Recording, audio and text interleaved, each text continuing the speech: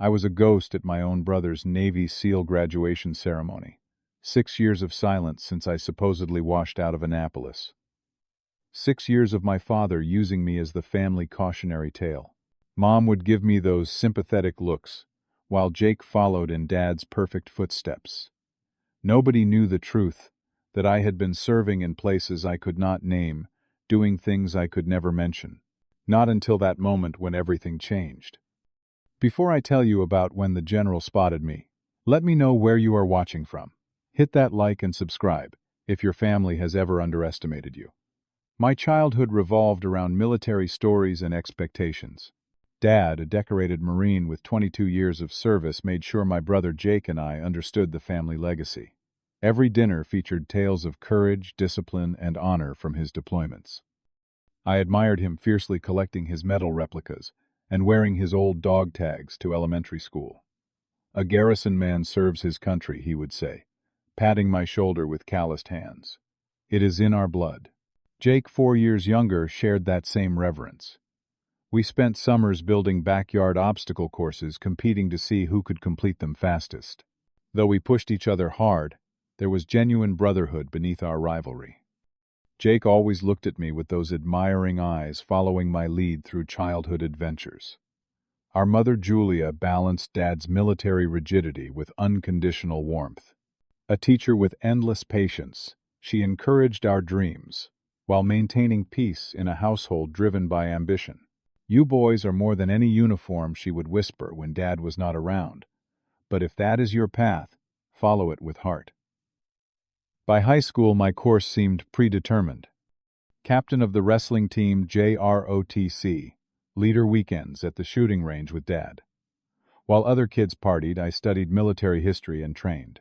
The Naval Academy acceptance letter surprised no one but filled our home with celebration. "You will make us proud, son," Dad said, unusual emotion, cracking his voice as we toured the Annapolis campus. "This is just the beginning."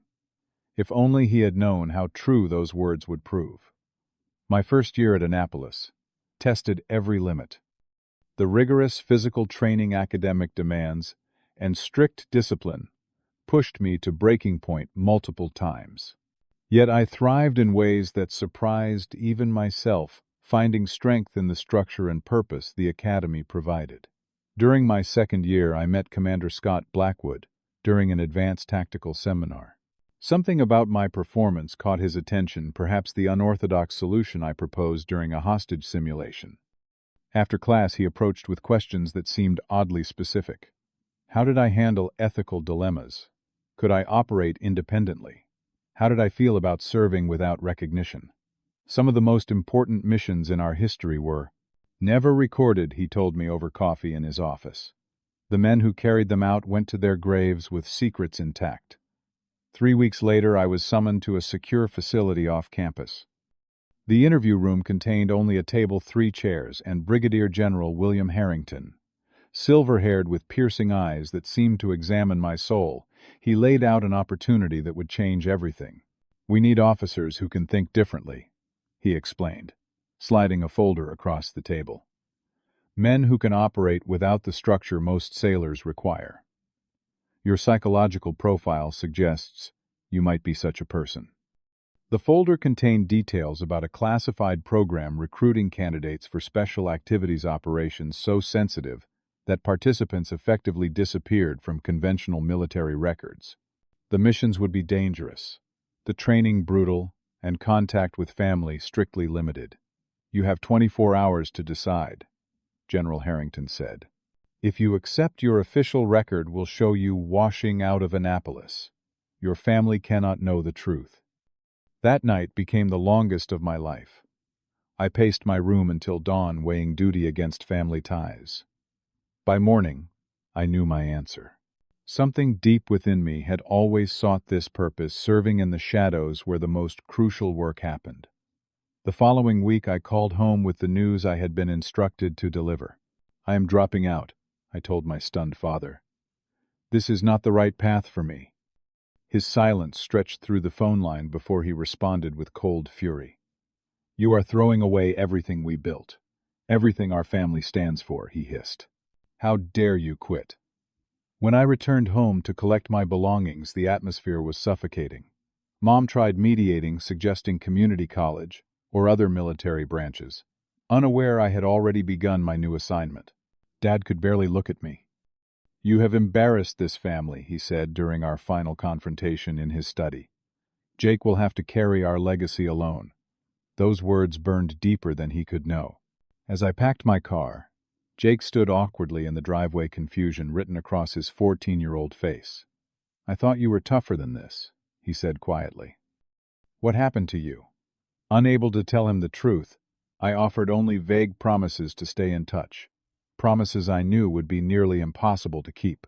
When I drove away that spring morning, I watched my family shrink in the rearview mirror, wondering if I had made the right choice. I would not see them again for 6 years. My new reality began at a nondescript training facility in Virginia. For 9 months, I endured the most punishing training program ever devised, combining elements of SEAL Green Beret and CIA operational preparation. Of the 23 candidates who started, only 7 completed the program. Upon graduation, I joined an elite Delta Force unit, specializing in hostage recovery and high-value target extraction. Our missions took us to remote mountain villages in Afghanistan, urban centers in Iraq, and locations so classified I cannot name them even now. During my first 3 years, I participated in 17 operations across 11 countries. On my 4th mission, a bullet grazed my left shoulder during an extraction in northern Africa. 8 months later, shrapnel from an improvised explosive device left scars across my back during a compound raid in the Middle East. The 3rd injury came during a night operation, when a knife-wielding guard caught our team by surprise, the scar on my abdomen, a permanent reminder of how close I came to death. Between deployments, I advanced rapidly through the ranks, lieutenant to captain within 2 years, major by year 4. When I made lieutenant colonel in my 5th year, General Harrington personally presented the insignia in a ceremony, attended only by my unit and select intelligence officials. By my 6th year, I had been promoted to full colonel, one of the youngest in recent history. My commendations included 2 Silver Stars, a Distinguished Service Cross, and numerous classified honors that existed only in sealed Pentagon records. All while my family believed I had washed out in disgrace working some civilian job I rarely discussed during our infrequent superficial phone calls. The email from Jake arrived during a rare period of leave, 3 weeks between assignments at a secure facility in Virginia. "Harvey," it began formally, "I am graduating from SEAL training next month. Thought you might want to know. Family will be there. Up to you if you attend." His digital tone carried all the awkward distance of our relationship, the bond of brotherhood strained by what he perceived as my failure. Reading between the lines, I sensed an olive branch extended with reluctance. 6 years had passed. 6 years of missions and medals. 6 years of my family believing I had quit. And now an opportunity to see them again, even if under false pretenses. I contacted General Harrington that afternoon. "Request permission to attend a family function, sir." His response came after a thoughtful pause. "Your brother's SEAL graduation." I saw the class list. Of course he knew. Harrington knew everything. "Your cover remains in place, Colonel," he said firmly. "You cannot reveal your actual position or rank. As far as anyone knows, you washed out of Annapolis and have been working civilian jobs since." "Understood, sir." However, he added with unusual softness, "Family matters." Attendance approved. I booked a commercial flight to San Diego, packed civilian clothes that deliberately suggested modest success, nothing that would indicate my true station, and prepared myself for the emotional minefield awaiting me. The hotel lobby reunion proved even more uncomfortable than anticipated. Dad, now 63 with more silver than black in his hair, offered a perfunctory handshake without meeting my eyes. "You made it," he said flatly. "Jake will appreciate the gesture." Mom hugged me tight, whispering, "You look good, honey," while examining me with concerned eyes that searched for signs of struggle or unhappiness. Finding none seemed to both relieve and puzzle her. "At least you tried," she added, patting my cheek. "That is what matters." Jake arrived minutes later in his service uniform, projecting the confident bearing of a newly minted SEAL. His handshake was firm, but reserved a strange formality between brothers who once shared everything. "Glad you could make it," he said with professional courtesy rather than warmth. When introducing me to his fellow SEAL candidates, I noted the careful phrasing, "This is my brother Harvey," not my brother who was at Annapolis, or any acknowledgement of my military connection. Just Harvey, the civilian relative with the uncomfortable family history. Only my cousin Amanda showed genuine interest in my life, pulling me aside during the pre-ceremony reception. "You seem different," she observed quietly. "More confident than someone who failed should be." "More. I do not know." Centered, I deflected, with practiced ease, turning questions back toward her nursing career and recent engagement.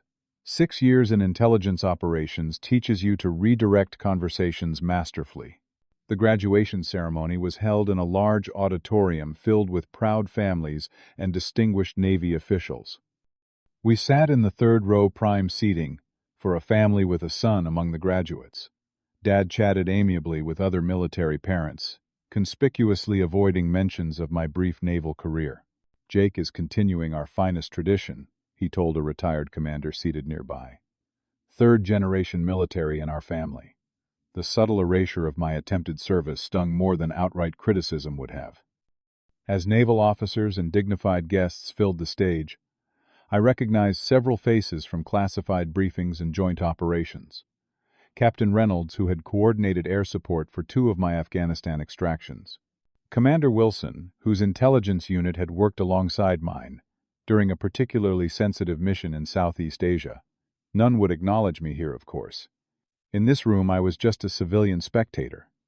Dad continued throughout the preliminaries, pointing out Jake's accomplishments during training, drawing implicit comparisons. He broke the obstacle course record, he noted proudly. Mental toughness. Never quits. The emphasis on that last word was unmistakable. Before the ceremony officially began, Jake found me during a brief intermission. "Thanks for coming," he said, slightly more relaxed away from our parents. "Honestly, was not sure you would." "I would not miss it," I replied sincerely. "Proud of you." He nodded, then added with uncomfortable honesty, "Dad still talks about it, you know. Uses you as the example when training new recruits at the base. About how I washed out. Yeah. The importance of commitment. How some people just do not have what it takes." Jake looked genuinely apologetic. I tried to get him to stop. Before I could respond, an announcement called all graduates back to their positions. As Jake departed, I noticed the ceremony program for the first time, and the name of the presiding officer, Brigadier General William Harrington. My stomach dropped. My direct commander for 6 years. The man who had recruited me from Annapolis. The one person in this auditorium besides me who knew my true military record. I contemplated leaving, making some excuse about sudden illness, but the ceremony had already begun. All I could do was sink lower in my seat and hope Harrington would not notice me among the hundreds of attendees. For an hour I sat through speeches celebrating the courage and commitment of the graduating SEAL class. Each word about perseverance and dedication felt like a personal rebuke, given what my family believed about me. Then Jake was called to receive his SEAL trident, walking proudly across the stage as Dad beamed and Mom wiped tears. Despite everything, genuine pride welled in my chest. My little brother had achieved something remarkable. Something I had purposely sacrificed in service to a different calling. General Harrington presented the insignia personally, sharing a few words with each graduate. When Jake's turn came, I saw them exchange smiles as Harrington pinned the trident on his uniform. It was during his closing remarks that everything changed. As Harrington addressed the audience about the caliber of men before them, his gaze swept across the crowd and locked directly on me. His momentary hesitation was imperceptible to most, but I recognized the subtle shift in his posture, the slight narrowing of his eyes in recognition, the barely noticeable nod. Then he did something I never expected. Mid-sentence he paused and pointed toward my section. "I believe we have another distinguished service member with us today," he said, his authoritative voice cutting through the ceremonial atmosphere. "Colonel Harvey Garrison. Would you stand, sir?" The auditorium fell silent. Beside me, Dad turned with confusion that quickly transformed to shock. Mom grabbed my arm with fingers suddenly tight. Colonel Dad whispered incredulously. Every eye in the room turned toward me. On stage, Jake stood frozen, the new trident on his chest momentarily forgotten. With no other option, I rose to my feet, automatically assuming the formal posture ingrained through years of service. My right hand rose in a precise salute, directed at General Harrington. "Sir." I acknowledged, my voice carrying in the stunned silence. "Colonel Garrison has served his country with exceptional distinction." Harrington continued addressing the confused audience. "Due to the classified nature of his assignments, his service record has remained confidential until recently. But today I have authorization to acknowledge his presence and thank him publicly for his contributions to national security." The whispers began immediately rippling through the crowd. On stage, Jake's expression shifted from confusion to dawning comprehension, then something approaching awe. Dad sat rigidly beside me, his face unreadable except for the muscle working in his jaw. Mom's hand trembled against my arm. "I believe congratulations are in order for both Garrison brothers today," Harrington concluded smoothly, returning to his prepared remarks about the graduating class. I remained standing for several seconds before slowly sitting down, acutely aware of the stares from surrounding families. Dad's eyes bored into the side of my face, but he said nothing as the ceremony continued. The remainder passed in a blur. When it concluded, an aide approached our family. "General Harrington requests your presence in the conference room," he said formally. "All of you." The walk through the corridor felt interminable. Jake joined us, still in his ceremonial uniform, questions evident in his expression, but maintaining professional composure in public. The conference room door closed behind us with a decisive click. General Harrington stood at the head of the table, his posture relaxed but commanding. "Mr. and Mrs. Garrison," he greeted my parents. "Congratulations on your son's achievement today."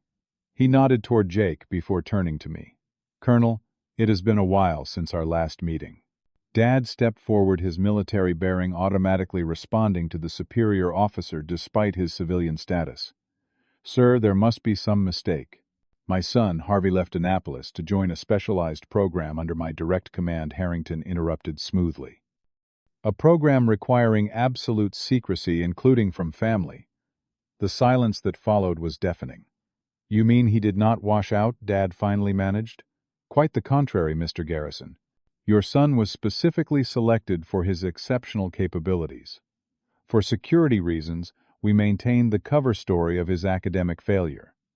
Dad turned to me, 6 years of misconception crumbling in his eyes. 6 years of lies. What is going on, Harvey? The authorization from Harrington was implicit in his nod. For the first time, I could share a version of the truth. I was recruited for special activities, Dad. Delta Force operations. The washout story was my cover. Delta, Jake interjected, military recognition overriding personal shock. "You have been in Delta Force all this time." "Among other assignments," Harrington added. "Colonel Garrison has led some of our most critical extraction operations. The details remain classified, but I can tell you, he has saved American lives under extraordinary circumstances." Colonel Mom repeated the title, foreign on her tongue. "My son is a colonel, one of the youngest full colonels in the Army," Harrington confirmed, "with a record that would make any family proud if they could read it." Dad sank into a chair, his composure finally breaking. "But why? Why let us believe you had failed? Why endure years of—" His voice trailed off as the implications of his own behavior dawned on him. "Those were my orders," I answered quietly. "Complete separation from my previous life. No contact that might compromise operational security." Jake paced the small room, processing. "All those times you called. Those vague stories about office jobs and relocations. Cover stories," I confirmed. "I could not tell you I was deployed in combat zones." "The scars," Mom said suddenly, her maternal instinct making connections. "That time you visited with your arm in a sling. You said it was a car accident." I nodded. "Extraction operation. Took fire while evacuating intelligence assets." Dad looked up, his face ashen. You were wounded. How many times? 3. Nothing critical. The room fell silent again, until Dad asked the question, clearly tormenting him. All these years I have been using you as an example of failure, telling recruits about my son who could not handle the pressure, who quit when things got tough. His voice broke on the last words. You did not know, Dad, I offered the first step toward forgiveness. I should have, he countered, standing again. I should have known my own son better than to believe you would quit without reason. I should have trusted you. Jake moved to stand beside me, military brothers now and more than just family. So all this time I have been trying to succeed where you supposedly failed, he said with a hint of irony.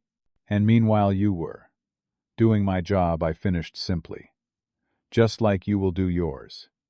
Mom wiped tears that streamed freely now. All those nights I worried about you working some dead-end job, feeling like a failure. You were actually serving General Harrington, supplied, at the highest levels. Dad approached me slowly, his military bearing momentarily abandoned. I do not know what to say. He admitted genuine regret, etching lines around his eyes. I have been so wrong about you, son. The anger and hurt of 6 years threatened to surface, but seeing him proud, stubborn, but fundamentally devoted to family and country, I found myself offering the first tentative bridge. You raised me to serve Dad. That is exactly what I have been doing. Our family dinner that evening, at an upscale restaurant near the base, marked the beginning of reconciliation. Seated at a private table, we navigated 6 years of misunderstandings and false assumptions. Dad, still visibly processing the revelation, asked careful questions about what portions of my service I could discuss. Though most operational details remained classified, I shared what I could about training promotions in the countries I had visited. I cannot believe you made colonels so quickly, he said, genuine admiration replacing his earlier disbelief. Faster than anyone in our family history. The nature of the work, I explained. Rapid advancement comes with the territory. Mom, seated beside me, periodically touched my arm as if reassuring herself. I was really there, her son, not the failure she had believed me to be, but an officer with achievements. She was only beginning to comprehend. All those Christmas cards I sent to different addresses, she mused. Did they ever reach you? Everyone, I assured her. Even in Afghanistan and Iraq. They meant everything.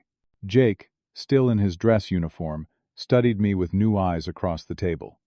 The younger brother looking at the older with restored respect, and perhaps a hint of competitive fire. So technically I outrank you now, I commented with the first genuine smile of the evening. Better salute properly, Ensign.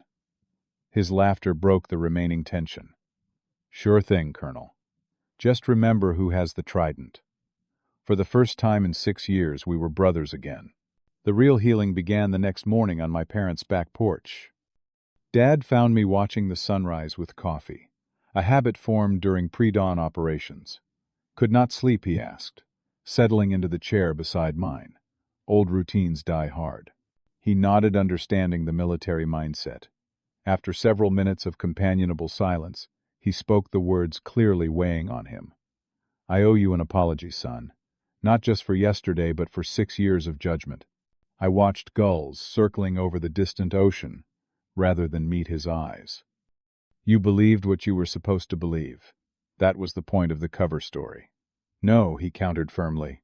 A father should know his son better, should have faith even without understanding everything. I failed that test. He reached into his pocket and withdrew a worn velvet box. I kept this, he said, placing it between us. Even when I told everyone you had quit, I could not bring myself to throw it away. Inside lay my Annapolis class ring, the one I had left behind during my staged departure. I told myself I was keeping it as a reminder of wasted potential, he admitted. But maybe deep down, I never fully believed you had failed. The moment crystallized something I had carried for 6 years beneath my anger at his judgment, lay the hurt of a son who desperately wanted his father's approval. They also gave me these, he continued, producing a folder of newspaper clippings, articles about classified operations vaguely described in public releases. Whenever I saw reports about special operations, hostage rescues, Something made me save them, almost like I knew somehow. I recognized several operations I had participated in, though my name appeared nowhere in the sanitized public accounts. Later that day, Jake and I walked along the beach near Coronado, where he would soon begin his SEAL career in earnest. "Why did you never drop me a hint?" he asked, kicking at the wet sand. "All those years, I was looking down on you, and you were doing that." "Orders," I replied simply. "And honestly, would you have believed me without proof?" "Hey Jake, I am actually a secret Delta operator." Sounds pretty convenient coming from someone everyone thinks washed out. He laughed, acknowledging the truth. "Fair point. I would have thought you were making excuses." His expression turned serious. "But you were the reason you know. The reason why I joined. Why I pushed myself through SEAL training." He stopped walking to face me directly. "Even thinking you had failed, you were still my benchmark. I figured if you could at least try Annapolis, I could go all the way through SEAL training." That revelation hit harder than any combat wound, the knowledge that even in my apparent failure, I had still been my brother's inspiration. Mom orchestrated the final piece of our family's healing. 2 weeks after the graduation, when my leave was nearing its end, she organized a small gathering of extended family, ostensibly for Jake's achievement, but equally to reintroduce me. "Everyone should know who my sons really are," she insisted when I expressed concern about drawing attention to my suddenly revised history. Watching her proudly introduce me to relatives with my proper rank and a carefully sanitized version of my service record, I recognized the depth of maternal love, how she had never stopped believing in me, even when the evidence suggested she should. As I prepared to return to duty, Dad and I shared one final conversation in his study, the same room where he had expressed his bitter disappointment 6 years earlier. "Will you be able to tell us when you deploy?" Now he asked, understanding the answer but needing to hear it. "Not always," I admitted. "Some aspects remain classified, but the basic cover story is gone. You will know I am serving, not failing." He nodded, accepting the constraints of my position with new respect. "Your brother worships you again, you know," he said with a hint of pride. "Keeps telling his SEAL buddies his brother is some kind of super soldier." Hardly, I demurred. "Just doing a different job. A job that has cost you a normal life, recognition, family connections." Dad's eyes reflected new understanding of my sacrifices. "I wish I had known what you were giving up. It was my choice, Dad. Always was." When I left this time, the family gathered in the driveway not to witness my disgrace, but to honor my return to duty. Dad saluted formally, military man to military man. Mom hugged me fiercely, extracting promises of regular calls. Jake performed an exaggerated SEAL salute with a grin that spoke of restored brotherhood. As I drove away, the rearview mirror showed them standing together, hands raised in farewell, a united family finally seeing me clearly. The greatest lesson from those 6 years of misunderstanding came not from covert operations or battlefield decisions, but from the painful recognition that we often judge others based on incomplete information. My father had evaluated me using the only facts available to him, never imagining the truth hidden beneath the surface. How many others do we misjudge? Daily I wonder. How many people carry burdens or achievements we never see fighting battles we cannot comprehend? The person labeled as lazy might be struggling with invisible illness. The colleague who seems distracted could be caring for a sick parent. The friend who withdraws might be protecting others from dangers they cannot disclose. True understanding requires more than observation. It demands faith in the essential character of those we love, even when appearances suggest otherwise. I returned to active duty with my family relationships restored, but also with a deeper appreciation for the unseen struggles of others. My classified work continues, but now I serve with the knowledge that those who matter most finally see the truth of who I am and what I do. Sometimes the most important victories happen not on battlefields, but in the quiet moments of recognition between people who have finally seen each other clearly. Have you ever been misjudged based on incomplete information? Has your family ever discovered something about you that changed their perspective? Share your story in the comments below. And if this resonated with you, please subscribe and hit that like button. It helps others find these stories of redemption and understanding. Until next time, remember that everyone you meet is fighting battles you know nothing about. Sometimes the greatest courage is simply standing in your truth when it finally comes to light.